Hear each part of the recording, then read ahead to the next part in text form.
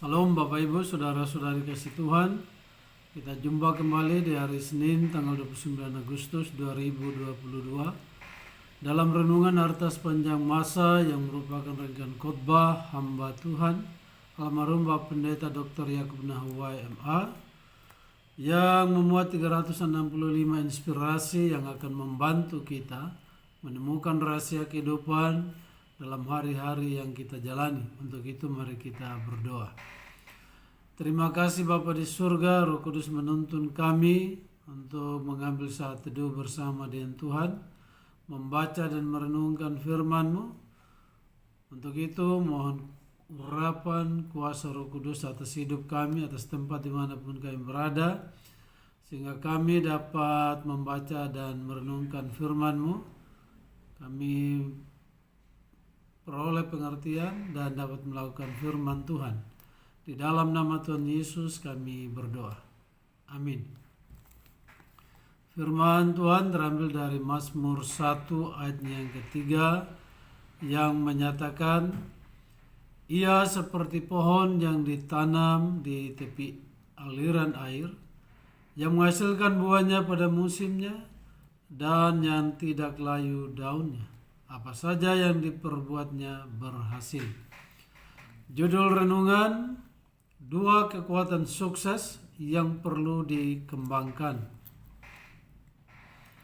Ayat firman Tuhan ini adalah kerinduan Allah bagi umatnya, supaya mereka berhasil dalam apapun yang mereka kerjakan.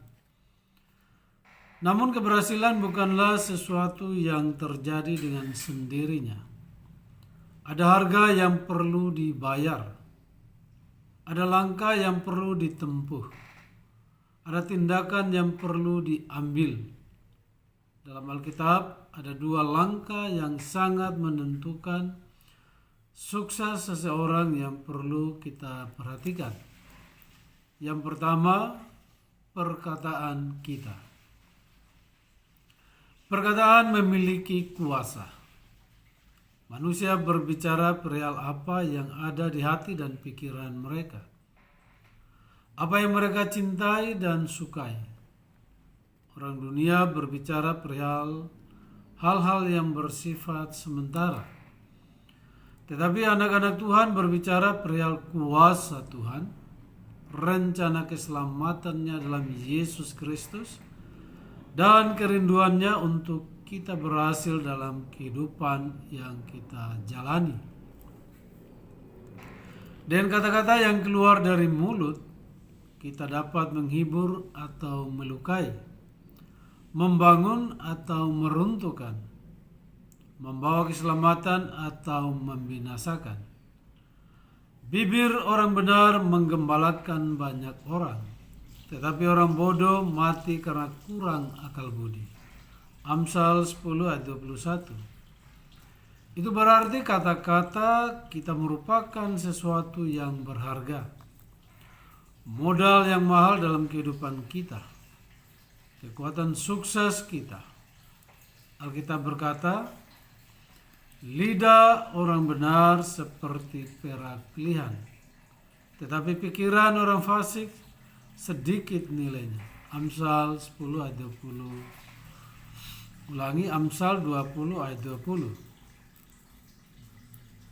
Berbicaralah dengan hikmat Tuhan kepada keluarga, teman, dengan lemah lembut, penuh kasih dan perhatian, karena kata-kata kita adalah alat dalam tangan Tuhan untuk memberkati sesama kita yang menopang sukses kita.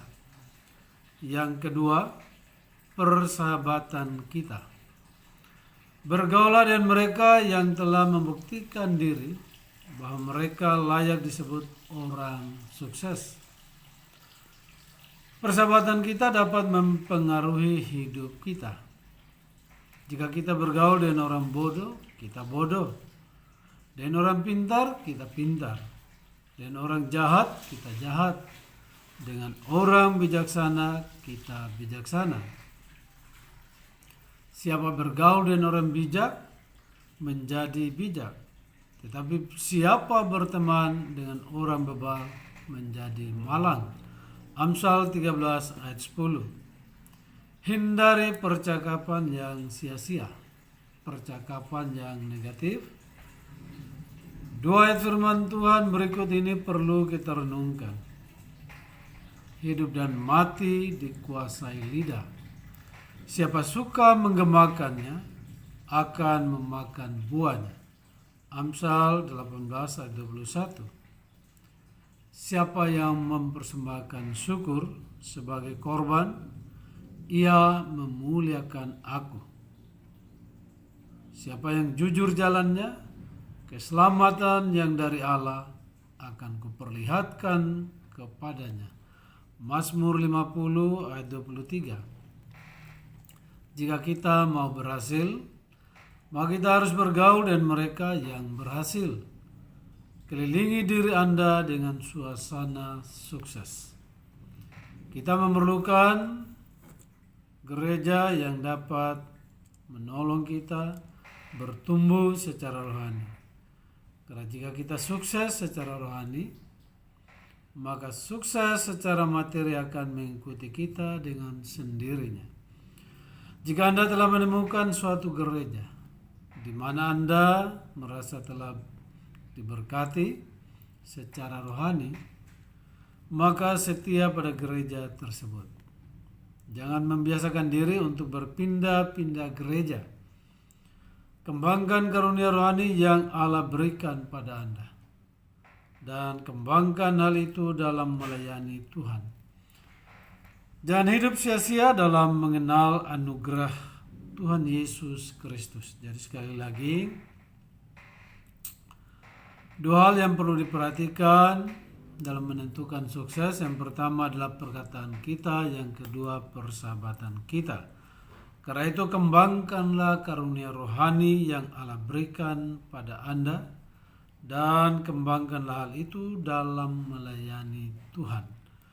Jangan hidup sia-sia dalam mengenal anugerah Tuhan Yesus Kristus. Demikian firman dan renungannya bagi kita di pagi hari ini. Mari kita berdoa. Bapa di surga, teguhkan firman-Mu dalam hati, pikiran, dan seluruh kehidupan kami, dan ingatkan kami untuk melakukan firman-Mu. Dalam nama Tuhan Yesus kami berdoa. Amin. Tuhan Yesus memberkati kita semua.